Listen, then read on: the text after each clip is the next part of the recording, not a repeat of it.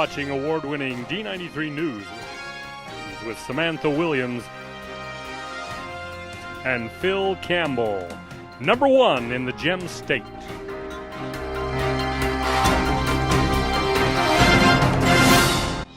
Well, about 10 years ago, districts around the state had to make some pretty tough decisions. This includes D93. That's right. A downturn in the economy coupled with a change in the state funding model for education meant drastic cuts. And while we are still recovering, we have been able to bring back music and PE classes. Those classes started this year, and special D93 News correspondent Michaela Luong is standing by at Yukon Elementary with more. Michaela. Music is back at the elementary schools, so I stopped by a class over at Yukon Elementary. Let's check it out. The second graders love to dance to the songs. To dance to the song. Like dancing to the songs. I love music. But their teacher says that's not all they're doing. They're also learning. They also get skills with math because we talk about all the different notes and how they break up into fractions. And so all of our music curriculum ties into what they're learning in their classes when it comes to vocabulary and spelling words. I try to incorporate that into their music. It's more than academics. So important to the development of these children, and it's amazing what kind of emotions come out when they're listening to music. I love my friends, and I love the music, and it's fun. It's fun to me. Makes me smarter.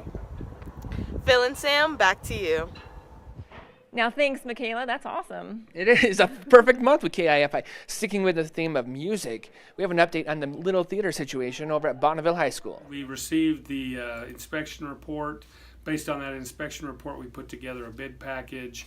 We sent that out. We have received a bid that we feel like is going to work for us from a qualified respondent. ProTech is the name of the company out of Las Vegas, and they've committed to us that perhaps as early as December, no later than January, they will have the work completed so students can resume use of the Little Theater at Bonneville High School. Now we'll have more with John Pym a little later in our newscast. Maggie's Place continues to grow, and last week they held a ribbon cutting for their new education center on Pancari Drive. So we were able to offer on-site tutoring here at our tutoring and enrichment center in addition to enrichment classes. So we provide the after-school care on-site at the elementary schools. We provide private tutoring here, and then we're also having enrichment classes and day camps and things like that here at this location as well. It gives us a place to set up camp with our kids and our teachers, a resource space for our teachers to be able to store their supplies and materials, and just gives them more flexibility to provide the quality of care that we like them to have in the schools. They also presented us with a check. The check was part of the revenue sharing agreement between D93 and Maggie's Place. That money will go to Sand Creek Middle School and was awarded to them because that's where the Maggie's Place summer camp was held this year. So for D93, what we do is we offer a 5% revenue share back to the schools. So for every dollar parents pay us, we give 5% back, and we give that to the schools where we host program. So when the kids are enjoying the after-school program, which is a much-needed necessity for parents, we also give back to the elementary schools for allowing us to use their space, their time, give back to the principals, the teachers, the office staff. Just it's a great way to keep a symbiotic relationship with the school district and to really be part of the community. You can learn more about this by visiting maggiesplaceif.com. Those revenue sharing programs are huge for us, and like you mentioned, that's exactly what happened over at Cloverdale as well. They were able to raise funds for a new track as they teamed up with Pocket Passport Fundraising to raise that money. They celebrated with a Harry Potter themed lunch.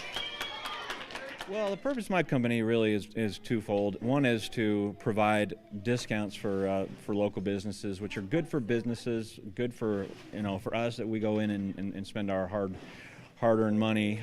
So it's always nice to get a discount. But the why behind what I do is to help organizations earn money, whether it's Grid Kid or elementary schools, sports teams, you name it. We've been earning a lot of money here in the Idaho Falls area. Love Harry Potter. An architect has been named for a project we still don't know yet. One way or another, something is going to have to be done to facilitate all the growth in the district, and the board has assigned an architect to help them through this process.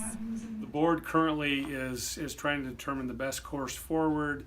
We need more classroom space. We need it at both the elementary and the middle school level.